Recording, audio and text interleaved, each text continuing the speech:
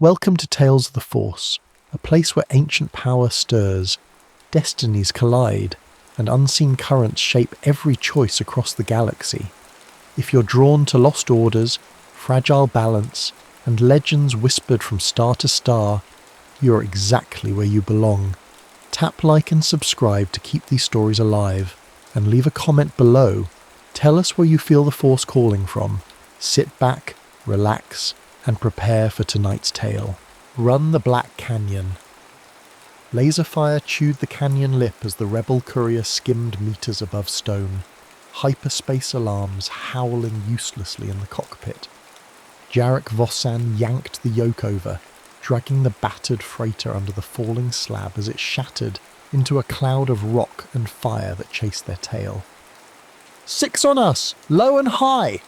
Kelnarix shouted from the dorsal turret well, voice ragged over the intercom. "They dropped straight in from the rim, coming down like knives." TIE engines screamed above the roar of shearing wind. The Black Canyon's walls rose on both sides in jagged tiers, stone spires jutting from the floor like teeth, turning the mile-deep trench into a maze that hated ships. Jarek pinned the throttle anyway.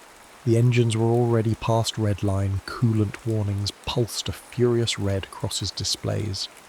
"Vera, I need that nav shear compensated," he barked. "Mag fields are chewing the stabilizers." Behind him, in the cramped systems alcove, Vera Kane braced a hand to the bulkhead as the ship bucked. Her other hand hovered over the console, eyes half-lidded. "Canyon's thick with ore," she snapped. "It's bending the field, not the other way around. I can damp some of it, if you stop fighting it." "Only thing I'm fighting is the wall," Jarek said, banking them hard around a needle-thin pillar. A TIE dove after them, coming straight down from open sky, cannons spitting green light past the courier's canopy. Jarek rolled to knife edge between two spires, the canyon narrowing so tight the starboard vane left a glowing scrape of paint on stone. "Turret jammed," Keln cursed. "Manual cycling." Metal clanged over the comm as he kicked at a stuck mechanism. "They're flying straight lines, Jarek. I only need—" A fresh volley slammed into the canyon floor ahead. Rock erupted upward in a solid wave, a newborn cliff ripping across their path. Jarek's fear spiked like cold metal in his chest. Losing control at this speed meant vapor. "Hang on!" He shoved the yoke forward and rolled, dropping the courier under the lifting dust cloud. The new wall filled the viewport. The collision alarm became a single shrill tone. For a heartbeat, it was all stone. He yanked left at the last possible instant. The freighter's port wing clipped the edge, scraping sparks. The ship lurched. Behind them, one of the pursuing TIEs misjudged the same turn. Its wingtip kissed the new wall. The fighter spun, pinwheeling into the rock face and detonating. Shards of armour and solar panels screamed forward, a deadly storm forced along by their own wake. "Debris!" Vera shouted. "Cover the belly!" Jarek dropped them another meter's worth, letting the worst of the shrapnel rake their upper hull instead of the engines. Impacts hammered the ship. Warning klaxons layered over each other. In the turret, Keln's jam gave way under his boot. The cannon cycled live just as the jagged panel of TIE wing tried to scythe through his viewport. He flinched aside, then swung the gun down in sheer anger, stitching fire across a low-flying pursuer until it vanished in an expanding ball that lit the canyon walls. "Tally 2 down," he growled, breath tight. "Guns up. Don't ever fly like that again." "Side channel, 3 o'clock, Vera cut in. "Narrow, low ceiling, shadows are thick. It'll break their dive angles." Jarek saw it. A sliver on the scanners, a darker streak in the canyon wall. It was a stupid cut, barely wide enough for their hull. Perfect. He rolled the courier on her side and knifed through the opening. Stone whisked past close enough to touch. The running lights painted it in jittery streaks. The roar of TIE engines dimmed above them, the vertical dives suddenly cut off by overhanging rock. Alone for the first time in minutes, the ship's own wounded rumble filled the space.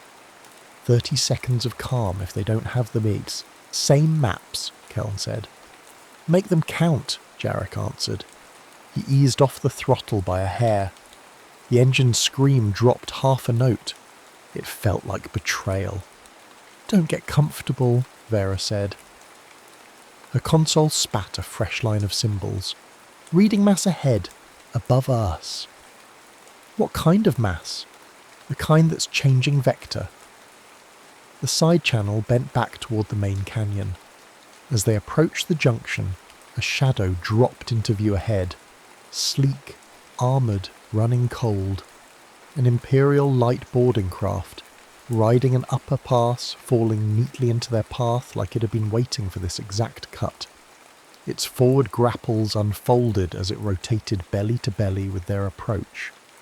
They're not just chasing, Vera said. They're intercepting. Jarek's teeth clenched. The canyon outside tightened, rock closing in until only one ship could pass, and the one in front had claws. The Black Canyon's walls shimmered with invisible thorns. Magnetic. Or veined the stone, spitting interference that crawled across every panel. Jarek fought the yoke as the courier bucked. The HUD flickered with false contacts, target reticles wandering drunkenly. Shield stuttered, dropping and reappearing in broken arcs. Reinforcements inbound at the exit, Keln called, eyes on the tactical repeater by his knee. Multiple signatures holding high over open terrain. They're waiting for us to pop out like a cork. We don't give them a clean shot, Jarek replied. We're not stopping. A coolant line blew somewhere aft. Steam burst through a vent grill, fogging the cockpit in a hot white blast. Jarek coughed, blinking against the sting as Vera slapped a panel, rerouting flow. Engines are bleeding, she said. You keep this up, they'll melt out of the hull. Better fire than capture, Jarek answered. His knuckles stayed tight on the controls. He refused to ease off when the ground trembled from another overhead. Barrage. Ahead, the Imperial boarding craft matched his moves like a mirror, using its superior thrusters to stay centered in the canyon. Its ventral clamps flexed open, waiting for the moment their bellies aligned. Jarek, Keln said quietly, if it gets a lock, you have to level and cut speed before it rips us in half. Not happening, Jarek shot back. The boarding craft surged closer, then snapped down. Metal screamed as its claws punched onto the courier's dorsal spine, sending a quake through the whole frame. Red indicators flared across Vera's board. They're clamped. Hull stress at 2 high. If you keep jinking, they'll tear us open without cutting. If I stop the TIEs from behind, turn us into scrap, Jarek growled. Pick your catastrophe. The extra mass dragged them sideways. The ship yawed toward the canyon wall. Jarek fought it, forcing them back to center, every correction feeding lethal stress into the joined hulls. Above, the boarding. Craft's lower hatch irised open. A cutting circle began to glow on the courier's dorsal corridor ceiling. Party on deck 4, Keln said, already dropping out of the turret. I'll bring confetti. He sprinted through a corridor that flexed under his boots. Ahead, the deck shook as the cutting torch bit through. Fine dust floated up, sucked slowly toward the growing ring of orange heat in the ceiling. Everyone off that axis, he shouted, shoving a tech past the intersection. Seal the side hatches. The circle blew inward. Atmosphere howled out, dragging loose crates and a screaming crewman toward the new sky. Keln lunged, catching the man's belt with one hand and a handhold with the other. Hit the emergency bulkhead, he roared. A second crewman slammed a palm onto the control. Heavy plates began to grind down from the ceiling on either side of the breach. Slow, too slow. White-armoured troopers dropped through the glowing hole, boots slamming to deck, weapons barking into the gale. bolt seared past Keln's ear, carving scars into the wall. Keln's floor tugged at him like a chain. He could let go, push himself away, take cover. He gritted his teeth and held on. "Move!" he roared at the man in his grip, hauling him sideways against the pull of vacuum. A bolt took the handhold near Keln's knuckles. He almost lost everything to the sudden jolt. He twisted, firing from the hip with his blaster. One trooper toppled back into the void, flailing, then vanished past the hull. The second bulkhead plate slammed down, narrowing the airflow. The wind lessened, but not enough. Sensors screamed overhead, hull integrity dropping, pressure differential rising.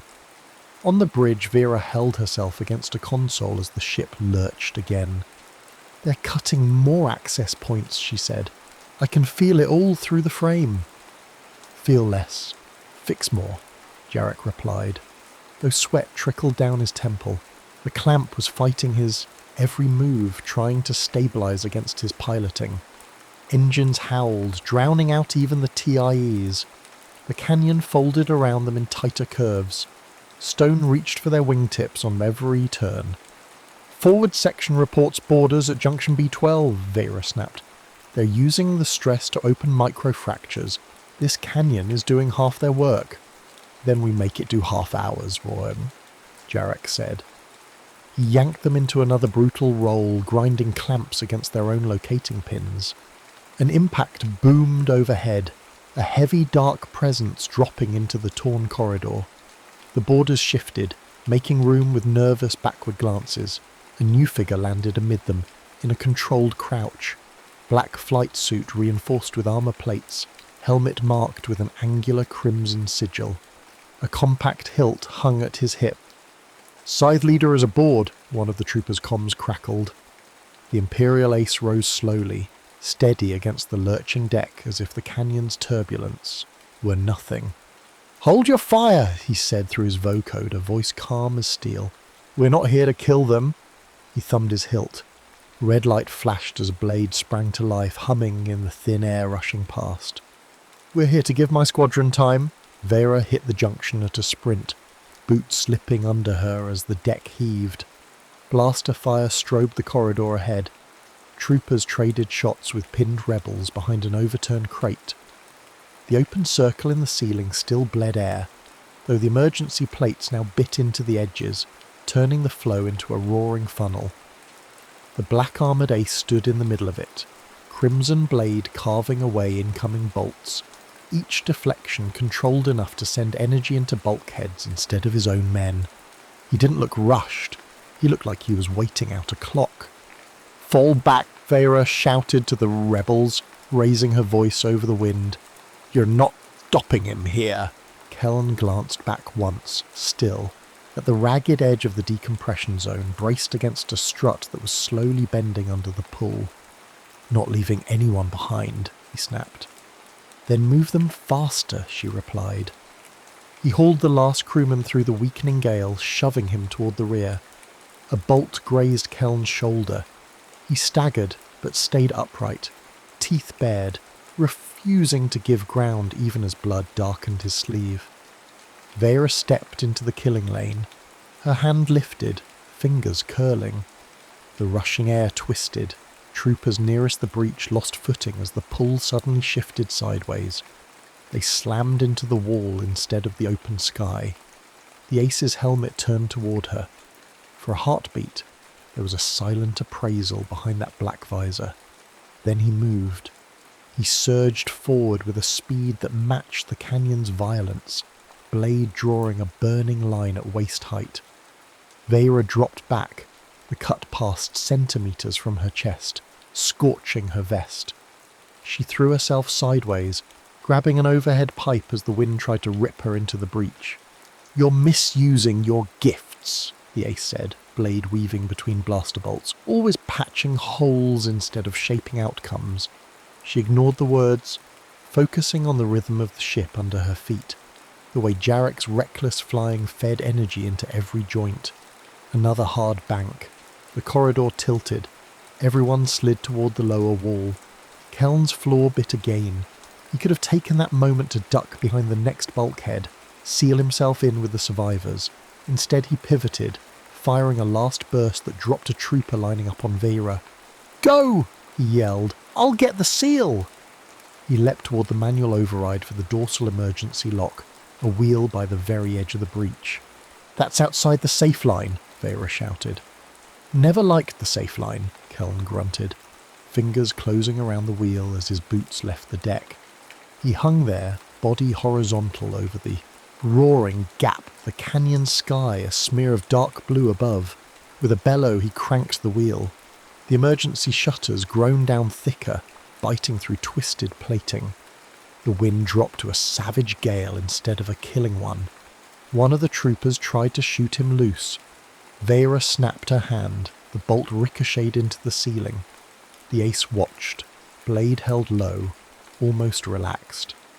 "You run too hot," he told her over the scream of atmosphere, tone almost conversational. "You think the Force will turn every recklessness into a miracle." He stepped forward again. Their blades met. Hers called from the hilt at her belt, blue fire crossing red in a shower of sparks. Every clash shook the already wounded corridor.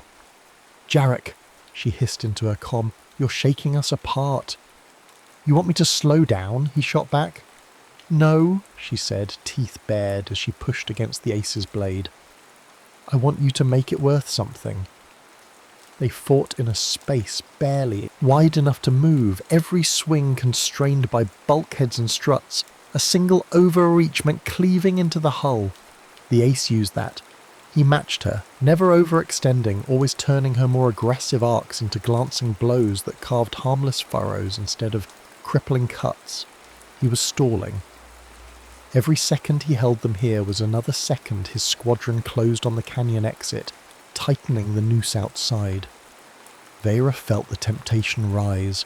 Push harder, draw deeper, let raw power blow him back and damn the consequences. She saw in the corner of her eye a hairline fracture tracing down the corridor wall with each impact. If she gave into brute force, the canyon would finish what the Imperial started. She shifted. Instead of meeting the next strike head-on, she let it slide past, sidestepping in the narrow space.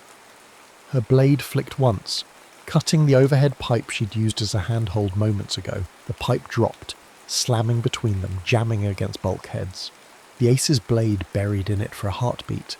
Vera reached not for his weapon, but for the clamp above. Through the force she felt the boarding craft's grip on their hull, teeth-biting metal, actuators straining against Jarek's insane manoeuvres. She pulled. Outside, the clamp groaned. Under constant stress from the mad dance through the canyon, Vera's sudden wrench tore one of its primary pins free. The boarding craft lurched, momentarily misaligned with the courier. Jarek felt the change like a sudden slack in a line. "Now?" he asked. "Now," she rasped. He rolled hard. The courier snapped into a brutal corkscrew. G-forces clawed at every body aboard. The boarding craft, off balance, couldn't match the motion. Its remaining clamp scraped free, ripping scores down the hull before failing altogether. The Imperial ace staggered as the deck shifted under him. He had a choice, stay and be flung out through the breach as the gorge walls spun past, or leave. He chose survival. He sprang for the hole, blade cutting a widening path. A moment later he was gone, hurtling back toward his own craft as the boarding ship tumbled away into the canyon, slamming into a rock spire in a blast that shook stone for kilometers. Vera hit the floor hard, vision dimming. "Boarders repelled," she croaked into her comm, "but we paid for it." They had. One of the courier's ventral stabilizers had sheared almost clean off when the boarding clamps tore free. The aft life support grid flashed red across Vera's console. Compartments in the back half of the ship flickered to vacuum one by one as emergency locks failed. "The ship won't climb anymore," she said, forcing herself back to her feet. "Attitude control is limited. You've got forward or you've got rock." "Forward it is," Jarek answered, voice hoarse. The canyon narrowed again, the walls rising and bending until they formed a twisting stone throat. Vertical clearance dropped to almost nothing. The sky above became a jagged ribbon only visible when the path twisted just so. TIES moved into stack formation behind them, line astern and above, leapfrogging their attack runs. One would dive, firing in short, disciplined bursts, then peel away as the next slipped into its place. Blasts walked up the canyon floor, licking at the courier's engines. "Can't get a lock through this interference," Keln growled in the turret. "They're using the ore like a cloak." "Fire where they have to be," Jarek said. "Not where they are." Keln bared his teeth. He knew these patterns. He'd seen enough disciplined squadrons to predict their cadence. He waited through one dive, tracking the empty air where the next tie should appear. The turret kicked under him. A tight, controlled burst met the next fighter as it dropped into the attack lane. The tie flared into fragments, its explosion smacking the canyon walls and rolling back as a pressure wave that shoved the courier sideways. "Got one," Keln said, "but they've still got numbers." "Keep them honest," Jarek replied. The ship juddered. A fresh alarm joined the choir, primary engine temperature spiking. "You push the core through its casing," Vera snapped. "That's not a warning, that's a death sentence." "Then we outrun it," Jarek said. "That's what got us here, Sam." She shot back. The canyon bent again. For the first time in what felt like hours, a wedge of daylight appeared ahead, a bright slash at the end of the twisting throat. "Exit visual," Keln said, disbelief edging into his voice. For a moment, hope tugged all of them forward. Then Vera's sensor board updated. She saw the pattern in raw data, not distance. A lattice of hostile signatures arranged in a precise net beyond that light. Heavy fighters hung in a disciplined grid, overlapping firing arcs, every solution already plotted on their emergence vector. "Jarek," she said quietly, "that's not an exit." "It's the only way out," he answered, "and they know it." He saw it on his own truncated display a heartbeat later. Enough to understand, no brake, no turn, no climb, just velocity and walls. "Then we change the way out," he said. He slipped free of his restraints. "Explain," Keln demanded. "We're not getting past that kill zone in a straight line," Jarek said, stepping back from the pilot's chair. "And if I keep trying to beat the canyon with speed, we burn up before we see daylight." He looked at Vera, eyes hard. "You said I was fighting the rock. Time to stop." "You want to crash?" she asked.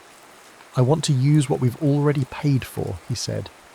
He nodded toward the walls on the forward display.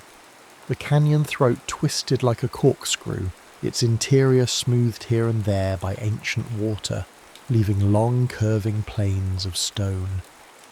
"The walls are already giving us vector changes for free," he said. "I've been wrestling against them. Now we ride them." Vera understood faster than she liked.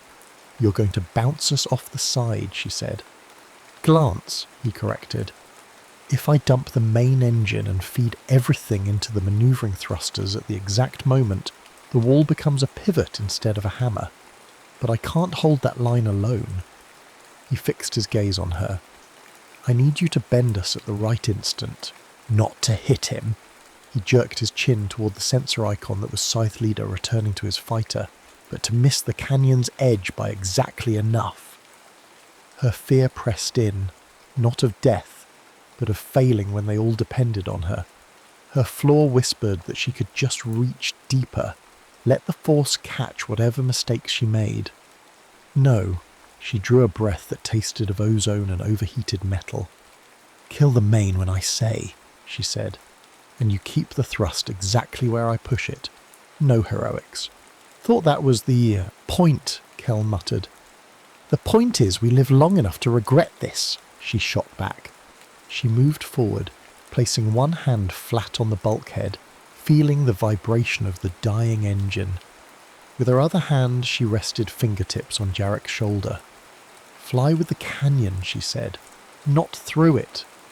He slid back into the pilot's seat, fingers finding the controls like old friends.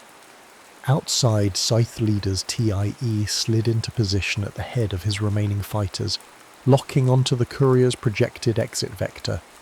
"Crossfire set," came a crisp voice over his squad frequency. "Hold until they break into daylight," he answered calmly. His gloved hands rested light on his own yoke. "We want them thinking they made it." The canyon's throat became a blur. Jarek didn't look at the exit anymore. He watched the wall, the curve like a giant's palm on their port side, its angle shifting with every metre. "Ready," Vera said. Her voice was low, tight. She extended not outward in a blast, but along the ship's skin, feeling the air drag, the uneven micro-eddies where stone jutted imperceptibly. The dying main engine throbbed, threatening to seize. 3, 2... She felt the precise spot where the canyon wall's angle would translate their forward momentum into an upward and lateral kick. "Now!" "Cutting main," Jarek said. His hand slammed the control. The ship lurched as the main drive went dead, the shriek of its overtaxed core dropping into a suddenly hollow silence filled only by wind. For a heartbeat they were a dead stone flung forward in the gorge. "Dumping all power to manoeuvring," Vera snapped. The side thrusters roared to life in a hard, sustained burn. On sensors it looked absurd, a sideways blast that without guidance would have simply slammed them into rock. With guidance it became something else. Vera's focus narrowed to a knife point. She felt every micro-tilt of the hull, every centimetre of clearance. She nudged the thrust not in gross strokes, but in hair-fine corrections, turning the whole ship into a glancing blow waiting to happen. They hit the wall. Stone boomed along the port side, a grinding, shuddering impact that flattened everyone inside against their restraints. The hull sprayed dust and fragments, but instead of crumpling, the contact smeared their forward vector into a tight upward arc. They slingshotted. The courier flipped, nose rising, belly turning toward open sky as they burst from the canyon mouth not as a target, but as a tumbling, twisting projectile. Scythe Leader's calculations were perfect, until they weren't. His fire control predicted a ship continuing in a straight line. What he got was a freighter flipping end over end, inverted, crossing through the crossfire cone at an angle his computers hadn't been told to expect. "Adjust!" someone shouted over his comm. Too late. The first volley from his heavy fighters lanced. Through the space where the courier should have been, stitching empty air. Their second volley met their leader. As the courier rolled through the kill box, Scythe Leader yanked his tie hard to compensate. Instead of clearing his own formation, he cut into the paths of his wingmen. Green lances meant for the rebel ship slashed across his wings. One shot cored his port panel. The sudden loss of lift spun him sideways. He collided with the fighter beside him in a flash of ruptured fuel and shattered struts. The twin TIEs became a spray of fragments that shredded a third, sending a blooming fireball tumbling over the canyon mouth. Below them, the courier's battered antennae finally found a clean line through the interference. "Invert the array," Keln gasped. One hand on his bloody shoulder, the other slamming data transmission controls. "Line of sight, tight beam." The stolen packet, compressed schematics, ident codes, everything they'd come here for, lashed out in a narrow. Pulse, aimed at a waiting receiver buried in some anonymous relay boy beyond the horizon. "Signal away," he said, voice breaking. "Data's gone." "Then so are we," Jarek replied. The manoeuvring thrusters coughed. Their brief, furious burn had eaten the last power reserves. Systems across the ship flickered and died, leaving only emergency strips to paint the cockpit in sickly amber. Gravity reclaimed them. They hit the far side of the plateau in a grinding crash that went on forever. The courier ploughed through scrub and stone, belly plating tearing away in screaming sheets. An engine pod snapped free, cartwheeling off into the dust in a secondary explosion that rolled heat through the torn hull. Inside, bulkheads buckled. Crates burst loose, hurtling down corridors. Someone screamed. A raw sound cut off as a ceiling panel came down. Jarek's restraining straps bit meat as he slammed forward. The world spun, then stopped with a final massive jolt. Silence, except for the ticking of cooling metal and the distant thunder of falling rock back inside the canyon they'd just escaped. For a moment, no one moved. Then a hacking cough broke the stillness. Keln forced his straps free, half falling out of the turret cradle. His right arm hung useless. His shoulder was a mess of burned fabric and glossy blood. With his left hand, he dragged himself along a corridor now slanting at an angle. "Aft compartments?" he rasped. "Gone," Vera answered, staggering out of the system's alcove. Her face was smeared with soot. A gash along her jaw dripped red. Life support failed before impact. Those doors never reopened. Keln closed his eyes for half a second, then pushed off the wall. "Then we don't waste it," he said. They moved. Jarek kicked free of the mangled cockpit hatch, one leg nearly collapsing under him. He grabbed a fire suppressant canister, blasting foam into a flickering blaze licking along exposed wiring. "Forward cargo bay is breached," he said. "We're sitting in a nice, shiny crater." Vera limped past him toward the exterior hatch that still registered atmospheric pressure beyond. Each step sent a jolt up her spine. She kept going. She slapped the manual release. With a tortured squeal, the ramp dropped, settling into powdery dust. Smoke poured out ahead of them, curling into the open air.